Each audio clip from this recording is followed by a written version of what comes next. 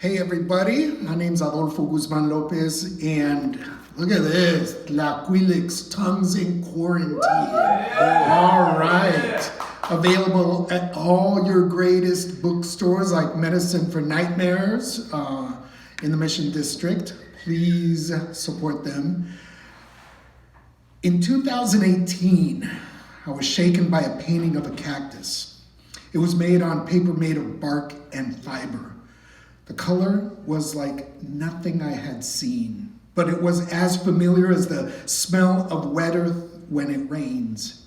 The color was made of natural dye that made me jettison all the greens of my Mexican childhood. You know, the flag, the political party emblems, el soldado in primary reading books, ribbons in braided hair, and even the Virgen de Guadalupe's shroud.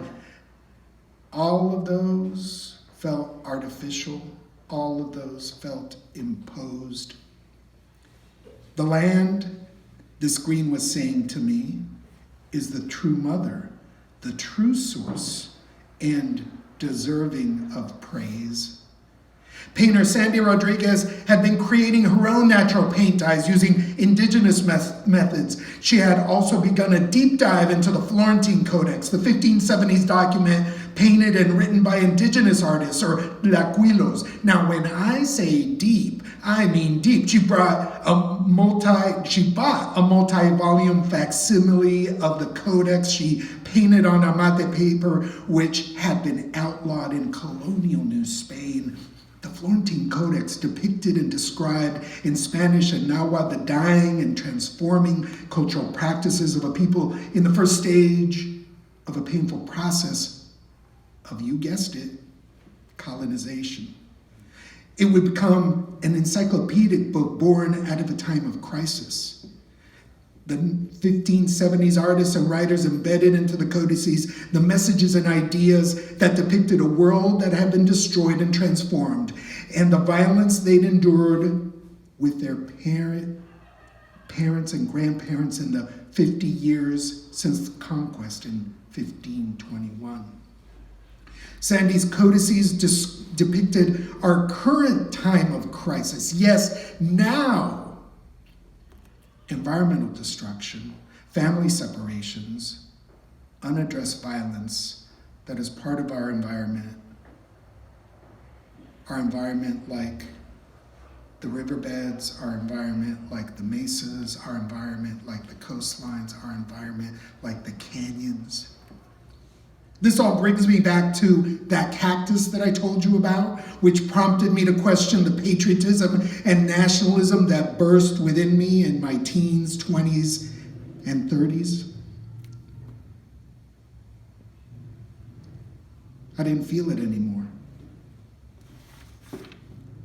For decades, I gathered voices against social injustice to form performance poetry groups and reading series. You know, taco shop poets in the mid-90s, Spine of Califas, up and down California in the early 2000s. The writers we invited to be part of Project 1521 were longtime poetry collaborators, veteranos and veteranas, people embedded in the earth, people who came from the earth. We met in Sandy's art studio, slightly more than a one-car garage, surrounded by her paintings, and listened to her describe her trips to the backcountry in search of minerals and plants for her art. We heard from Diana Magaloni, the former director of the National Museum of Anthropology in Mexico, now at LACMA. We created this ink out of cochinilla, ground worms, this vibrant red, and we painted on strips of amate. The Project 1521 writers recognize we are on the cusp of a different world. It's not a foregone conclusion what that world will look and feel like. We believe in action to bring about acts of loving kindness and justice. Our ancestors' migration experiences had layovers in Lebanon, Argentina, Chile, Chihuahua, ya llegamos a Chicago, ya llegamos a Miami, San Francisco, National City, with stops in Guadalajara, Mexico City, and many points in between. Some of our ancestors' names are lost to us, like the names of those who died through the violence of colonialism after 1521. Recovering and keeping their names should be an ongoing process.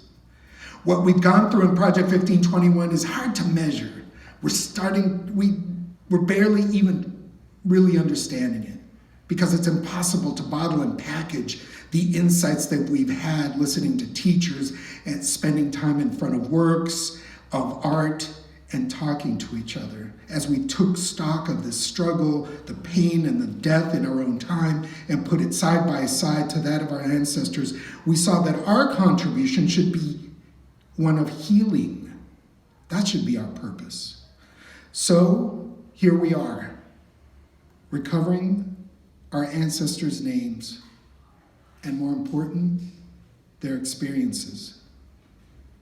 The land has been with us in these conversations. We've been in a hollowed out canoe. We glide on a river. We sit under a tree. The writing in this book is our beginning, the opening bars to a long symphonic piece that is not linear and not quite circular, but multi-dimensional. Thank you for listening. Ooh.